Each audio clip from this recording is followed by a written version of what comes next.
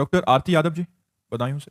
राधे राधे महाराज जी। महाराज जी, मेरा प्रश्न है कि मैं भगवान शिव जी की भक्त हूँ, विरागी हैं महाराज जी वे। तो अगर मैं उनसे अच्छा घर, गाड़ी और पैसे कमाने की इच्छा रखती हूँ तो मैं गलत तो नहीं कर रही महाराज जी? रावण को लंका किसने दी थी? बैरागी ही ले तो दी थी।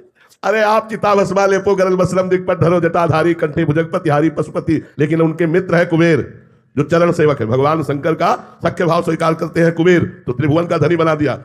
कई बार कैलाश को उठाकर अपनी भुजाओं से भगवान शिव को प्रसन्न कर लिया, तो लंका प्रदान कर दी, पूरी सोने की थी, पूरी ईंट नहीं लगी हुई थी, केवल स्वर्णमयी लंका थी। ये महाराज लगाते चिता की भस्म है, लेकिन देते खूब माल है। आप चिंता मत करो, ये मत समझो कि बट वृक्ष के नीचे रहते हैं, चिता की भस्म लगाते हैं, सर्पों की माला पहनते हैं। इनके पास क्या है?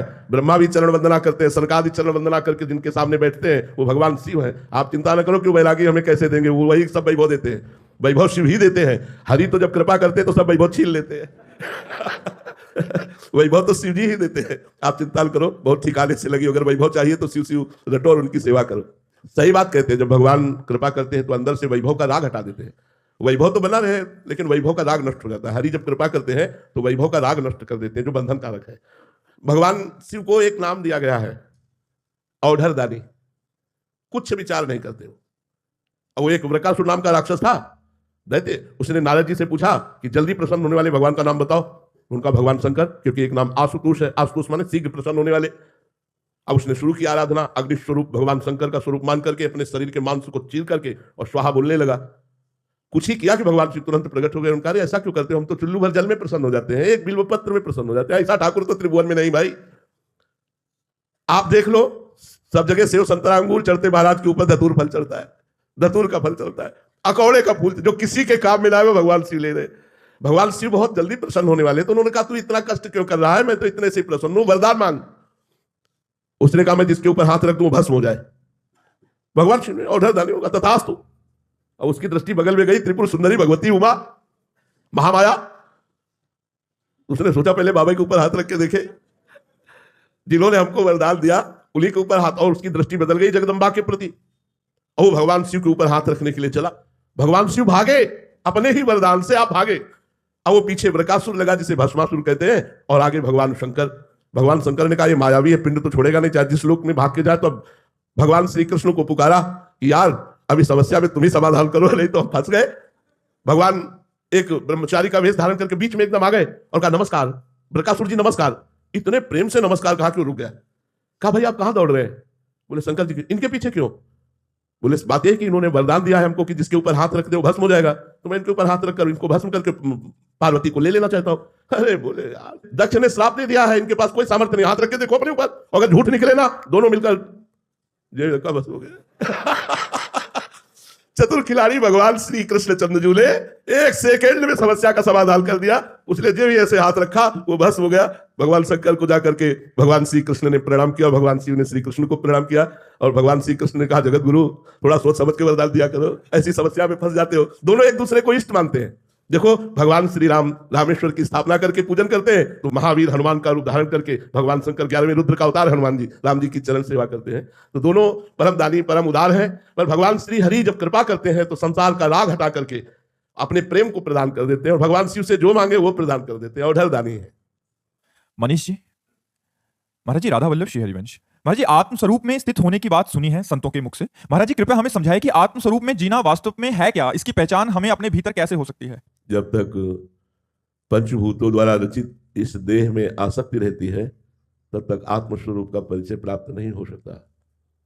जब तक शब्द स्पर्श रूप रस गंध इसको भोगने की इच्छा होती है तब तक आत्मस्वरूप का परिचय प्राप्त नहीं हो सकता। जब तक मान अपमान सुख दुख लाभ हानि स्तुति निंदा जय पराजय इन द्वंद्वों का प्रभाव हमें प्रभावित कर लेता है तब तक आत्मस्वरूप का परिचय प्राप्त नहीं होता। आत्मस्वरूप का परिचय सदगुरु की शरण में होकर उनके द्वारा बताई हुई साधना से जब हमें संपूर्ण लोगों से वैराग्य हो जाता है तब आत्मस्वरूप हमारा स्वरूप है, किसी और का स्वरूप नहीं है। ये शरीर हमारा स्वरूप नहीं है, ये मरण धर्मा है, हम अविनाशी हैं। ये जड़ है, हम चैतन्य हैं। ये आदि अंत वाला है, हम अनंत है। ये दुख ही दुख देता है, हम सुख राशि हैं। ये विकारी है, हम निर्विकार हैं। जो स्वरूप है वो भाव आनंदमय है। हुआ क्या? भूमि परत भा ढाबर पानी तिम जीव ही माया लपटानी। जहां मां के गर्भ से जन्म हुआ तब से लेकर के अब तक हमें ये चेत ही नहीं, हमें होश ही नहीं कि मैं किस लिए आया हूं। बस जो हमें सिखाया गया, पढ़ो लिखो रुपया कमाओ पद प्रतिष्ठा मान भोग भोगो, यही जीवन है, यही जीवन है। मर गए फिर जन्मे फिर वही क्रिया। तो आत्मस्वरूप का परिचय कैसे प्राप्त हो? क्योंकि आत्मस्वरूप का परिचय प्राप्त करने के लिए आपने क्या किया? कुछ नहीं। आपने किया धन प्राप्ति के लिए, भोगों को भोगने के लिए, शरीर की वासनाओं की पूर्ति के लिए, तो वही हो रहा है। आत्मस्वरूप का परिचय कहां प्राप्त हुआ? और जिन्होंने प्राप्त करने की चेष्टा की, जिज्ञासा की, गुरुजनों की शरण ली, उन्हें बोध हो जाता है, आत्मबोध हो जाता है। ब्रह्मभूता प्रसन्न आत्मा न शुचति न कांक्षति समाः सर्वेषु भूतेषु मद भक्तिम लभते पराम। पराभक्ति का परम लाभ ब्रह्मभूत हो गया, आत्मस्वरूप में स्थित हो गया। प्रसन्न आत्मा, अखंड सुख, जहां दुख का लेश भी नहीं है, वो स्वरूप हमारा है। अपने स्वरूप को प्राप्त होते ही मोक्ष को प्राप्त हो जाता है, वो मुक्त महापुरुष हो जाता है। वो अद्भुत जीवन मुक्त महापुरुष लोक के लोक को तार सकता है, इतनी सामर्थ्य उसमें आ जाती है। अब हम लोग अभी देहधारी देहाभिमानी जीव कहलाकर और भोगों में मस्त है, तो कैसे आत्मा को जाना जा सकता है? कैसे आत्मानंद को जाना जा सकता है? जैसे स्वप्न में सोया हुआ पुरुष बिल्कुल ये नहीं जानता कि हमारी देह सैया में एक और पड़ी है। स्वप्न में जो सोया हुआ पुरुष स्वप्न देख रहा है, उसको बिल्कुल स्वप्न के समय ये प्रतीत नहीं है कि मेरा एक स्थूल देह सैया पे सोया हुआ है, ये मैं स्वप्न देख रहा हूं। उसे स्वप्न सत्य लगता है। जब जगता है, तब जब स्थूल शरीर का भान होता है, तब उसे लगता है अरे ये तो स्वप्न था। ऐसे ही स्थूल देह में आसक्ति होने के कारण आत्मस्वरूप का उसे ज्ञान नहीं है। जब गुरु कृपा से अज्ञान का नाश होता है और ज्ञान का प्रकाश होता है, अज्ञान तिमिरांधस्य ज्ञानांजन शलाकया चक्षुरुन्मीलितमेन तस्मै श्री गुरुवे नमः। गुरु भगवान की कृपा से जब ज्ञान नेत्रों का प्रकाश होता है, तो वो देख पाता है अरे मैं तो आत्मस्वरूप हूं। तो जैसे स्वप्न का जगा हुआ पुरुष स्थूल देह में आने पर स्वप्न झूठा दिखाई देता है, ऐसे ही स्थूल देह से हटकर स्वरूप में जे ही पहुंचा, तो उमा कहूं मैं अनुभव अपना, सत हरि भजन जगत सब सपना। उसे सब स्वाप्निक जगत दिखाई देने लगता है। अब यह अध्यात्म है, इस पर चलना इसीलिए कठिन है कि हम लोगों ने भोगों को स्वीकार कर लिया है। ऐसा लगता है भोगों में ही सुख है, जबकि भोगते भोगते पूरा जीवन व्यतीत हो गया, मृत्यु नजदीक आने वाली है। भोग यात्रा भी पूर्ण नहीं हुई, वही वासना, वही इच्छा, वही संकल्प विकल्प, वही धन की चाह, वही नाना प्रकार की मान प्रतिष्ठा की चाह, यही चाह लिए हुए पुनरपि जननम पुनरपि मरणम पुनरपि जननी जठरे शयनम, बार बार इसी चक्र में घूम रहा है। तो भाई कौन ऐसा जिज्ञासु है जो आत्मस्वरूप को जानना चाहता है? नहीं। अगर भगवत आराधना भी होती तो अपनी कामनाओं की पूर्ति के लिए होती है। मेरी ये इच्छा पूर्ण हो जाए, मुझे ये पद मिल जाए, मैं मुकदमा जीत जाऊं, मुझे ये लाभ मिले। आत्मस्वरूप का ज्ञान प्राप्त करना कौन चाहता है? और जो चाहते हैं भगवान उनको मार्ग दे देते हैं, वो गुरु कृपा से स्वरूप बोध को प्राप्त हो जाते हैं। पर स्वरूप बोध को प्राप्त होने के पहले परीक्षा होगी कि आप वास्तविक आत्मस्वरूप अपने स्वरूप को जानना चाहते हैं या नहीं। आपके सामने कंचन, कामिनी, कीर्ति, ये तीन परीक्षाएं विशेष रूप से आती है। सुंदर कामिनी भोगो, जितना चाहो उतना वैभव ले लो, विश्व की मान प्रतिष्ठा ले लो, पर आत्मस्वरूप का बोध नहीं। जब वो तीनों में ना कर दे और पास हो जाए, तब सदगुरु जो सर्वत्र व्याप्त सदगुरु है, ये ग्रंथों के बाहरी ज्ञान से आत्मबोध नहीं होता। नायमात्मा प्रवचने न लभ्या न मेधया न बहुना श्रुतेन। ये आत्मबोध बहुत प्रवचन करने वाले को भी प्राप्त नहीं होता, बहुत सुनने वाले को भी प्राप्त नहीं होता, बहुत बुद्धिमान को भी प्राप्त नहीं होता। आत्मा जिसे वर्ण कर लेती है उसे। तो ये तीन खाइयां हैं, कंचन, कामिनी, कीर्ति। इन तीनों की परीक्षा में जो पास हो जाए, सो आत्मस्वरूप का बोध प्राप्त कर सकता है। वस्तुतः कोई ऐसा बिरला ही होता है, नहीं तो तीन खाइयों में किसी एक न एक में तो गिरी जाता है, वो गिरी जाता है। इसलिए बड़ा दुर्लभ कहा गया है आत्मबोध होना।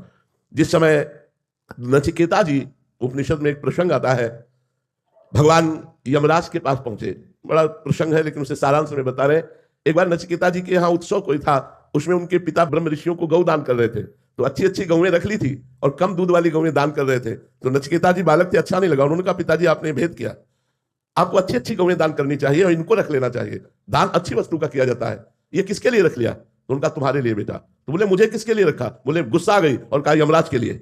अब वो सिद्ध पुरुष थे, जो कहा यमराज के लिए, तो यमपुरी की यात्रा। अब वो सदैव यमपुरी पहुंचे नचिकेता जी, परम ब्रह्मचारी और महर्षि के पुत्र, और उनके वचन के अनुसार तो 3 दिन तक ब्रह्म सभा में यमराज जी की बैठक थी। जैसे अपने यहाँ बड़े बड़े राजाधिकारियों की बैठक होती है, ऐसे ही त्रिभुवन की बैठक ब्रह्मलोक में होती है। जैसे अपनी भारत की राजधानी दिल्ली है, ऐसे अलग अलग प्रांतों की है। तो संपूर्ण विश्व ब्रह्मांड की बैठक जो होती है वो ब्रह्मलोक में होती है। उसमें यमराज जी थे। 3 दिन बाद जब आए तो उनका इतना बड़ा ब्रह्म ऋषि का पुत्र अतिथि रूप में आया, स्वागत किया। क्या चाहते हो? तो उनका दुर्लभ वस्तु क्या है? कहा आत्मबोध। तो मुझे आत्मबोध करा दीजिए। बोले नहीं, तुम मृत्युलोक का संपूर्ण वैभव स्वीकार करो, लेकिन तुम्हें आत्मबोध नहीं प्रदान कर सकते। नचिकेता ने कहा मृत्युलोक का वैभव नहीं, मुझे आत्मबोध चाहिए। तो बोले स्वर्ग की समस्त अप्सराओं का भोग और समस्त वैभव का भोग स्वीकार कर लो, लेकिन तुम्हें आत्मबोध नहीं देंगे। उन्होंने कहा नहीं, मुझे आत्मबोध ही चाहिए। तो बोले ब्रह्मलोक का ईश्वर स्वीकार कर लो। उनका नहीं, मुझे आत्मबोध ही चाहिए। तो जो ब्रह्मलोक तक के भोगों का वैरागी होता है उसे आत्मबोध प्राप्त होता है। आत्मबोध बड़ा कठिन है, और इसीलिए मोक्ष कहाँ होता है? मोक्ष तभी होता है जब आत्मबोध, और आत्मा कोई और नहीं, स्वयं का। बड़ा आश्चर्य का विषय है कि 3.5 हाथ के शरीर में अपने को रहते रहते 40, 50 वर्ष, 60 वर्ष, 70 वर्ष, और कभी अपने से नहीं मिले। आश्चर्य की बात है, बाहर ही घूमते रहे, कभी अपने को नहीं देखा। अपने बोले देखा है, अपने शीशा में देखा है, अरे तो पंच भौतिक देह के ढांचे को देखा, अपने स्वरूप को कहां देखा? उसके लिए ज्ञान नेत्र चाहिए। वो जब नेत्र जागृत होते हैं तब हम अपने जहां बोध हुआ मुक्त हो गया जी। अनंत जन्मों के कर्म संस्कार भस्म हो गए और वो भगवदानंद को प्राप्त, उसके समान आनंद किसी ब्रह्मा को भी नहीं।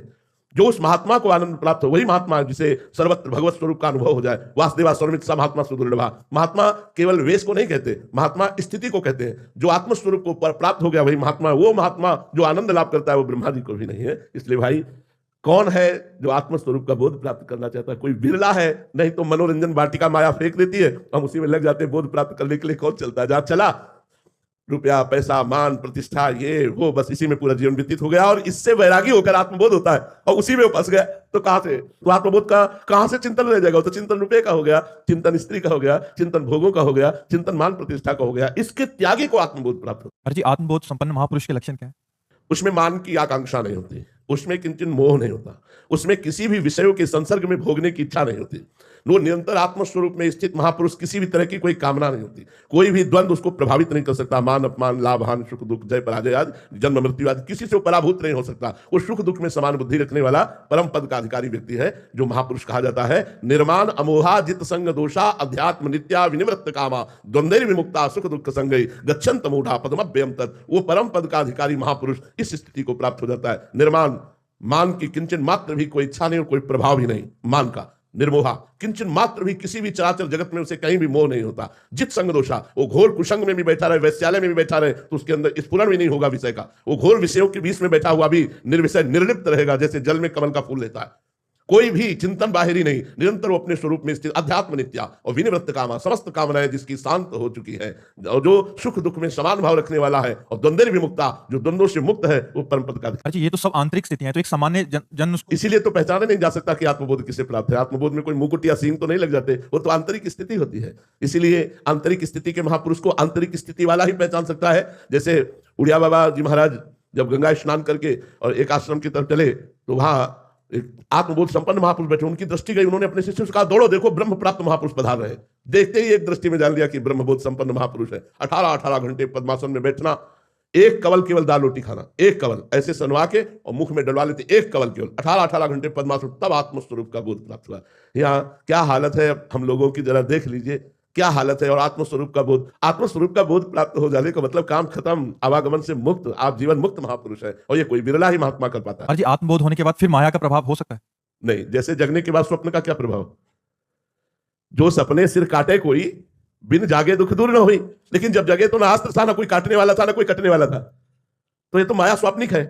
मां माने नहीं, या माने जो है नहीं पर भास रही है, उसी का नाम माया है। जो जगा हुआ पुरुष है, तो जैसे स्वप्न का कोई महत्व नहीं होता, ऐसे इसका कोई महत्व नहीं होता। माया का कोई महत्व उसके सामने नहीं। महाराज जी, गुरुजनों के वचन से जैसे एक नींद टूटती है तो एक चेतना से आती है, तो फिर से सो सकते हैं महाराज जी? इसमें भी ऐसा होता है कि पूर्ण जाग गया, या उसके भी लेवल होता है? ये जागने का जागा हुआ नहीं माना जाता। जागा हुआ जो माना जाता है जो कभी फिर सोए ना।